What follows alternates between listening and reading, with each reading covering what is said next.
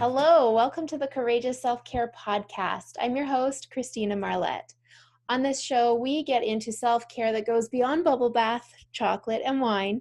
It is self-care that goes deep inside. It makes a huge, huge difference because it helps us expand our comfort zone and really empower ourselves to take care of ourselves first rather than last. Today, I have with me a guest all the way from Maui, Kim Julen. Welcome, Kim. Thank you. So happy to be here. I just imagining being in Maui is making me feel not so bad about the huge amount of snow we got last night. Oh, goodness. Right? Your nice picture in the background. Yeah, the appropriate picture in the background. I swam at the beach this morning. I'll live vicariously through you. Yes. So, we would love to hear a little bit about you. Sure. So I'm actually from Minnesota, so I'm definitely used to snow. I moved to Maui about 10 months ago, and I am a feng shui intuitive coach, which means I kind of combine feng shui expertise with my intuitive gifts. I have a really strong connection with the archangels. And I am also helping business owners and just everyday people with life and business coaching as well. Well, that sounds like a wonderful bundle of gifts that you're sharing with your clients. Yeah. So, Kim, what I love to have our guests do first is share your favorite self-care practice. What would you say that is for you?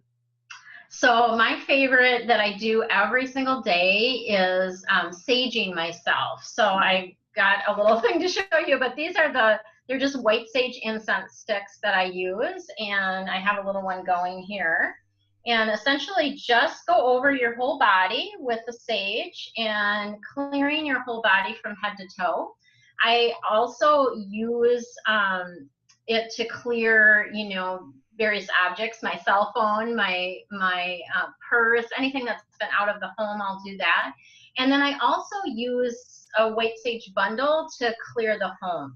So this is another thing that I just find when my space and my physical body is clear, that I feel better. And anytime I'm feeling sort of off or mucky, if I go and actually sage my entire space, I feel so much better. It really helps. Our homes collect dust and dirt just energetically, just like they do physical dust and dirt. And so it's really important to clear that energy out, and that will actually help raise your vibration and help you feel better. I find that really fascinating. My husband, he sages himself every day. He has an Aboriginal background. He's Métis. Okay. And so we often have that beautiful scent in our home. Mm-hmm. What is it about sage that is so powerful about cleansing our energy? Yeah, so it has cleansing properties to it. There's lots of different things that you can use, but I just find that white sage for me is the easiest, number one, and does the best. But going back, a long, long time ago, the lots of different tribes and Indians and lots of different groups have used sage because it does have that clearing property. So it really helps energetically clear you. Mm-hmm. Yeah. And I'm curious about the way that you brought that practice into your life. Did you hear about it from someone? Did someone tell you to do it? How did you decide to incorporate it into your life? Yeah, so the daily doing with the little white sage incense sticks, I actually started incorporating that through my mentor that I started working with a couple years ago. It was a suggestion of hers, and I found it to really be helpful to me. The clearing your space, that's something that we do in feng shui. That's one of the basic things that we do in feng shui. So I've been doing that piece of it for years. But I just thought, to actually use, light up a sage bundle to actually clear yourself, it's not as, it's kind of messy and not as easy. And so this, I definitely had cleared my own personal energy whenever I would clear my space, but doing it on a daily basis with the little incense sticks is so easy. Yeah, I was just looking at the pile of ash in my husband's spa where he does the sage clearing. Oh, yeah. I use so I have these little things all over. I have beach sand in them, so it's just easy to kind of most of the ashes will drop within that. So Yeah. And so I'm also curious, the first time you did it, did you notice anything, or did it take a while for it to, for you to notice it clearing your energy? How did that shape up? That's a great question. I probably don't feel like I noticed anything right off the bat. And I do feel like it's a practice that as you continue to do it on a daily basis, and whenever you're feeling off, like sometimes, like if I'm ill or just not feeling well, I'll actually do it multiple times a day, or I'll just burn it. And I Mhm. do burn sage while I'm doing readings as well. So it again, it just kind of helps clear whatever's coming up. It helps really release it. So I do feel like it builds, right? So you feel the effects of it the more often that you do it.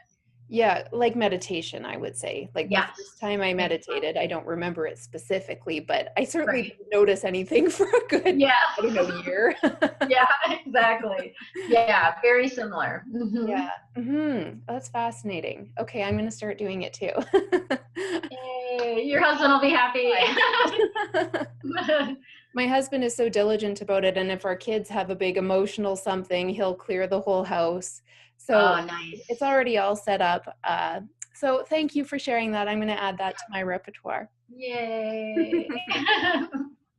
I'll report back in a year if I notice anything. Right. It shouldn't take that long. Yeah. uh, Yeah, if I go through something, then sometimes he'll say, "Why don't you just go do a sage ritual for yourself?" And I do. I have done it, but not diligently like he does. So yeah, yeah. thank you for Yeah. that And tip. when you're traveling, just a little tip, like if you're traveling, like if I'm going to be going to San Diego next month, I will actually bring a little bell with me Hmm. and clear the space with a bell. And then also you can clear your body with a bell as well. So if you're not able to light up stage in a Yeah. particular space you're traveling, that's something that I always do. I always clear the space that I'm going to be staying in Hmm. because I don't know what occurred there before. It's true. Does it matter what kind of a bell it is? I like little brass bells. I have just a little brass bell that I take with me, and the brass, and of course you want to like the sound of it. You don't want it to be something that's annoying to you. Right. Yeah. Okay, great. Thank you for those excellent tips. hmm All right, so moving into the second portion of the interview, I always have our guests share a story of courage. And just before you get into that, the reason why I feel this is such a powerful thing to share is because courage is this amazing energy that most people, when I say that I do these interviews, a lot of people say, "Oh, I'm not actually courageous." And I just think, no, everyone's courageous. If you're alive, you have used courage so many times, but we're so hmm used to being who we are that we don't notice that we are appearing courageous to others. And courage, it simply means moving through a fear because of a value that we honor on the other side. And hmm when one person shares their story of courage and it's received by someone else, it's enhancing that energy of courage. It's helping us tap into it on a more conscious level. And I feel like we can even borrow other people's courage. That's why we love hearing stories Yeah. and reading about other people's experiences or going to movies, because it's like a little gateway, and then we can go in and say, oh, that woman did that. I'm going through something similar. I can be courageous too. Nice.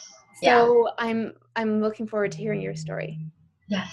Oh, I'm sorry. I have a little alarm that was going off. 11:11. It's 11:11 my time. So I have a little alarm on my phone. I silenced the phone, but I had that little alarm going. Yeah. So probably, this was a biggie, but for me, moving from Minnesota to Maui, never having been here before, not knowing anyone, definitely there were some fears that came up around that. And I remember when the guidance came in, and I'm like, wow, this is a really big deal. Like it felt like just, it can feel overwhelming. But what I did is I actually just leaned into it. So rather than like thinking about like the whole list of things that would need to happen in order for me to get here, I really just started leaning in and taking little actions that I was guided to take. So one was calling a friend of mine who was a realtor, and having her come and take a look at my house and see what, little did I know that I'd be putting it on the market a week later. But yeah, so, leaning in and just really taking small steps, small actions, and just trusting. Like for me, it was really a big piece of needing to have that faith and the trust that the universe was taking care of me. And they proved, it was proof to me over and over again because of the way everything happened. I sold my house twice in a week. I was able to land places to live here so easily and effortlessly. And, if I were to have taken on the limiting beliefs of some other people about this move, it wouldn't have happened. So I really it's that leaning in and just taking small actions that really got me to live in paradise, which is amazing now. That is amazing. And my phone's going off in the background, but we'll just ignore it. It's an energy thing, I think. Yeah. We got alarms going and ringing. Yeah. So, Kim, how did you first get the guidance? How did it show up for you? Yeah, so I started getting like little signs. I had known for probably a couple of years that I was meant to move. Number one, I don't love winter, and every winter Minnesota would come and I'd be like, why do I live here? Like, why? And I just knew that I was meant to be like by an ocean. That was definitely something that resonated with me, really strong connection with oceans. And Hawaii, I had a strong connection with for a long time. But I actually got a couple little signs. Like I had matrix holders that came in a mentoring session that were both from Hawaii. I had other little things that would pop in. But what happened for me is when I sort of knew that it was Maui, I actually asked my guides for a specific sign. And I said, this is a big deal. If I'm going to do this, I really need a super clear sign. And the very next day, actually, I got a package in the mail. So I was part of a secret Santa sister exchange. And so I was getting gifts from people I didn't know, friends of friends type of thing. So I get this package in the mail. I open it up, and the gifts are in the bottom, and they had cushioned the package with a couple of these little handle bags, just little shopping bags. And the first one that I pulled out said Maui Divers on it. And I'm like, okay, thank you, Spirit. I still get the chills when I tell that story because it just like, that was the confirmation that I needed. I'm like, okay, yes, I'm meant to move to Maui. Wow. I love it. I love signs. I know. They're so helpful. And it just, I don't know, it just like to have the signs really does give you that confidence in what you're doing. Mm-hmm. Like you're supported and looked after. Yes. Yeah, exactly. So as I was mentioning before, courage means moving through fear. So what were some of your fears that you overcame in making this transition for yourself? Yeah. So one of the fears in particular was finding a place to live because I had just heard from another number of different people and, people on the Facebook forums or different things like that were all saying like, people won't rent to you if you don't live here. They're not going to rent to you because lots of people say they're going to move here and they don't. So that was one thing that came up that just, I was like, oh, am I going to be able to find a place to live? Am I going to be able to afford it? I'm self-employed, so then having to show the income and that type of thing was also a concern. And, all of those different fears came in. And actually, it ended up being so easy. I connected with somebody on Facebook that had a friend who was renting a home. And it was just for the first month that I was here, but it was perfect because I had that month then to find a car, to actually find a permanent place to live, to get kind of acclimated, to see kind of where I wanted to live. Mm-hmm. So it was really just beautiful alignment around all of it. Mm. Yeah, when we act on our intuition, even when it doesn't make sense, we do fall into that flow. Mm-hmm. Yeah, and talking about not making sense, I had a friend that said to me, "What's your plan B?" And I'm like, I don't have one. I'm just moving there, right? So I think sometimes it's helpful not to think about like, oh, what will happen if I can't find a place to live, or what will happen. If you just go into that space of like, I'm supported, I'm protected, I'm cared for, and I don't need a plan B. Yeah. Yeah. Well, I always say to my clients, if you're gonna what if, you might as well what if in a positive way. Like, Yes, what if it yeah, doesn't work out? Well, what if it does? yeah. There's And equal what if it chance of that happening. Yes, exactly, exactly. Instead of, I like to, there's a little, Murphy's Law, they talk about what can go wrong will go wrong. And I like to shift that around and say what can go right will go right. Absolutely. Yeah. Yeah. Absolutely. You get to make up your own beliefs and rules, so you might as Right? well make them work for Yeah, you. exactly. And I have one more question before we find out where we can find you online, Kim. So, um, always for us to tap into that courage, there needs to be a value on the other side. Like for some people, or for certain situations, it's love, or it's compassion, or it's an ideal of some sort. What was on the other side of going through that fear to make this big move? For me, it was that value of living in a place where I could be outside every single day, Mm, a place where I had more connection with the land and with the ocean, with the waters, and also that higher vibration. So Maui is a special place. You've been here. I like to say it's kind of self-development on steroids sometimes. So you do kind of get some of that happening too. But for me, it's just really being in this swirl, this higher vibration energy was really a huge motivating factor for me too. mm. I love that. That's beautiful. I personally think about Hawaii every single day. Oh, I yeah. love Hawaii. I've been a few times now to several of the islands, and Hmm. yeah, it does have that amazing vibration. Yes. Yeah. Yeah. Yeah. And it's almost like the worries of the world don't touch us as much here. Mm, It's a different, yeah, even when you live here, it's not just even a vacation thing, but when you live here, it's like I don't know, we don't focus on that. We focus on mhm, the beauty all around us, and mm, that, just how lucky we are to be able to live here.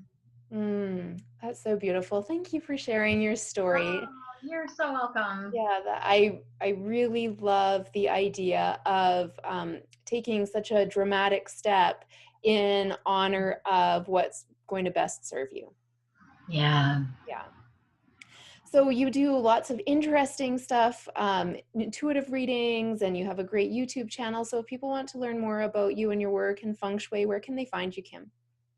Yes, I my YouTube channel is Kim Julen, so Julen, and then my website is findingyourfiji.com, and it's all about really helping people find their dream life, whatever that is for them. So that's kind of the meaning behind that as well.